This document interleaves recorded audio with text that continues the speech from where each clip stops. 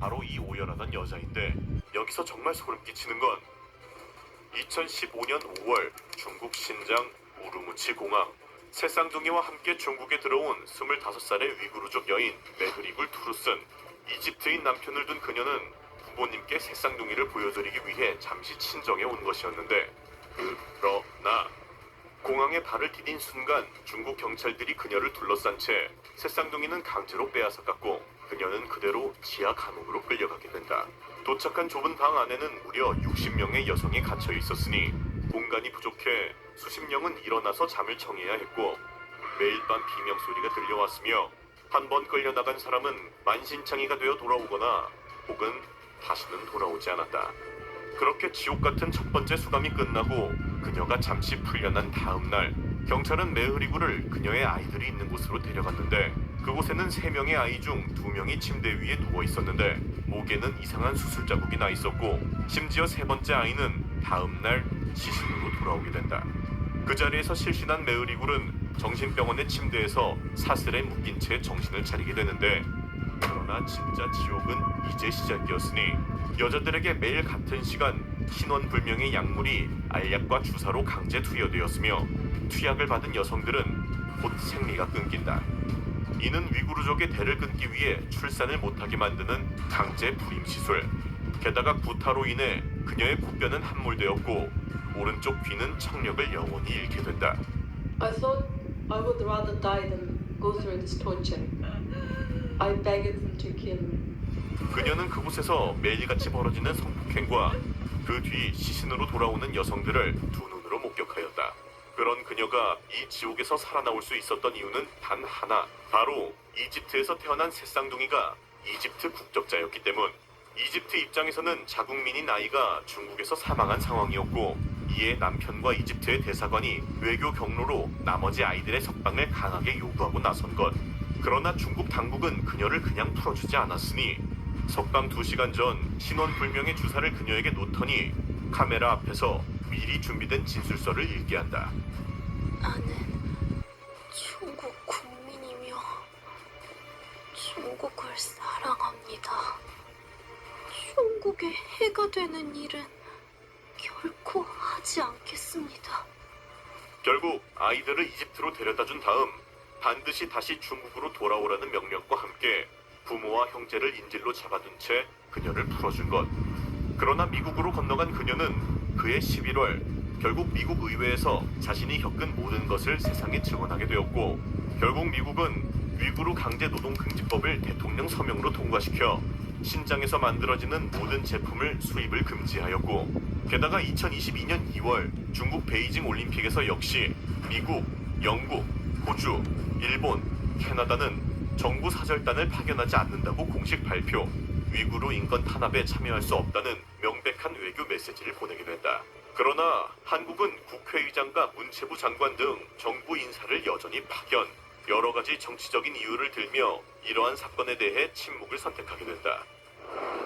현재 우리가 유튜브를 보고 있는 이 순간에도 신장에는 약 1200곳의 수용소가 가동되고 있으며 50만 명의 사람들이 정식 감옥에 갇히고 있다. 그런데 생존자들의 증언에 따르면 하나같이 이유 없는 혈액 검사와 장기 검사 이야기가 빠지지 않았으니 바로 산 사람의 몸에서 장기를 꺼내 판다는 소름 끼치는 의혹.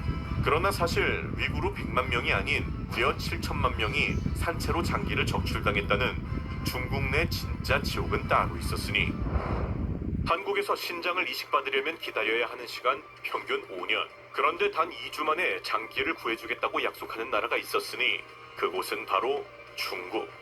보통 장기 이식은 기증자가 나타날 때까지 마냥 기다리는 것이 정상인데, 2주 만에 이식을 해준다는 것은 기증자를 기다리는 게 아니라 기증자를 미리 준비시켜 놓는다는 뜻. 그리고 충격적이게도 중국의 장기를 가장 많이 사러 가는 외국인이 바로 한국인이다. 정신이 아득해지는 이 충격적인 이야기의 시작은 파룬궁이라는 단체에서 시작되는데, 파룬궁은 기공 수련을 위해 건강을 증진시키는 단체로 초창기에는 중국 정부도 파룬궁을 환영, 국민 건강에 도움이 된다는 이유로 표창까지 했을 정도인데, 그러나 문제는 파룬궁의 인기가 많아도 너무 많았다는 것. 불과 7년 만에 수련자 수가 1억 명을 돌파하며 중국 공산당원 수보다 많아지자 당시 총서기는 이걸 위협으로 받아들이기 시작하였고 결국 1999년 7월 파룬궁을 전면 금지하며 본격적인 탄압을 시작한다. 파룬궁 수련자들은 하루아침에 범죄자로 몰려 감옥에 빼곡히 수감되기 시작 파룬궁을 포기하지 않으면 고문까지 강행해버리는데 그러나 진짜 문제는 고문이 아니었으니 남편이 2년간 매일 수술실에서 단계를 꺼냈어요. 2006년 세상을 뒤흔든 한 중국 여성의 폭로가 있었으니 바로 외과 의사인 남편이 살아있는 파룬궁 수련자들의 장기를 매일 적출했다고 증언한 것. 이 폭로로 캐나다의 전 국회의원과 국제인권 변호사 등 국제적인 차원에서의 본격적인 조사가 시작되었고 조사 결과 매일 10만 건 이상의 장기 이식이 중국에서 이루어졌으며 그 장기의 출처는 대부분 파룬궁 수련자들이었다는 사실이 밝혀지게 된다. 즉 파룬궁 수련으로 건강한 장기를 가진 사람들을 감옥에 가득 채워놓고 주문이 들어오면 꺼내 쓰는 인간 장기 창고를 운영하고 있었던 것. 전 세계의 각종 단체들은 이 반인륜적인 행태에 분노하였으나 적출 후 시체를 화장해버리니 증거를 확보할 수가 없어 난항을 겪고 있었는데 그러던 2024년 기적이 일어났으니 2024년 8월 한 남자의 이야기로 전 세계 언론이 발칵 뒤집어진다. 중국 산둥성 출신의 58세 남성. 그는 중국의 강제 장기 적출에서 살아남은 유일한 사람이었다. 1999년 파룬궁을 수련한다는 이유로 체포된 그는 이후 5차례에 걸쳐 구금과 고문을 당하게 되는데 감옥에서 그에게 수시로 행해졌던 것이 바로 혈액검사. 죄수에게 왜 이렇게 자주 피검사를 하는지 당시에는 이유를 몰랐으나 2004년 그는 수감 중에 갑자기 의식을 잃게 되었고 깨어났을 때는 몸에 거대한 수술 흉터가 남아있게 된다. 그 뒤 그는 기적적으로 감옥을 탈출하게 되고 후에 미국에서 검사를 받고 나서야 간과 폐의 일부가 적출되었다는 사실을 알게 된다. 분석 결과 제거된 간 부위는 어린이에게 이식하기에 적합한 크기로 즉 누군가의 아이를 살리기 위해 그의 장기가 잘려나간 것으로 추정되는데 그러나 여기서 정말 소름 돋는 일은 이 거대한 사건에 한국이 연루되어 있다는 것.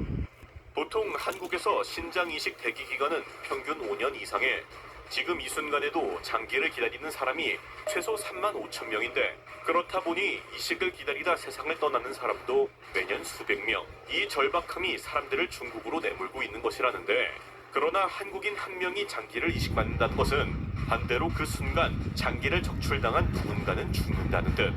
결국 2024년 6월 미국 하원은 파룬궁 보호법을 만장일치로 통과, 관련자의 미국 입국 금지 및 민형사상 처벌까지 가능하게 만들었고 이에 따라 한국 역시 강제 장기 적출을 인신매매로 규정하며 대응에 나서기 시작하는데 그러나 이러한 규정을 비웃기라도 하듯 많은 한국인들이 이름까지 바꿔서 여전히 중국에서 원정이식을 받는 중이다. 누군가의 죽음 위에 내 생존을 올려놓는 건 과연 생존이라고 부를 수 있을까? 그런데 여기서 진짜 소름 돋는 사실은 살아있는 사람의 몸을 마음대로 갖고 노는 나라가 중국만은 아니라는 건데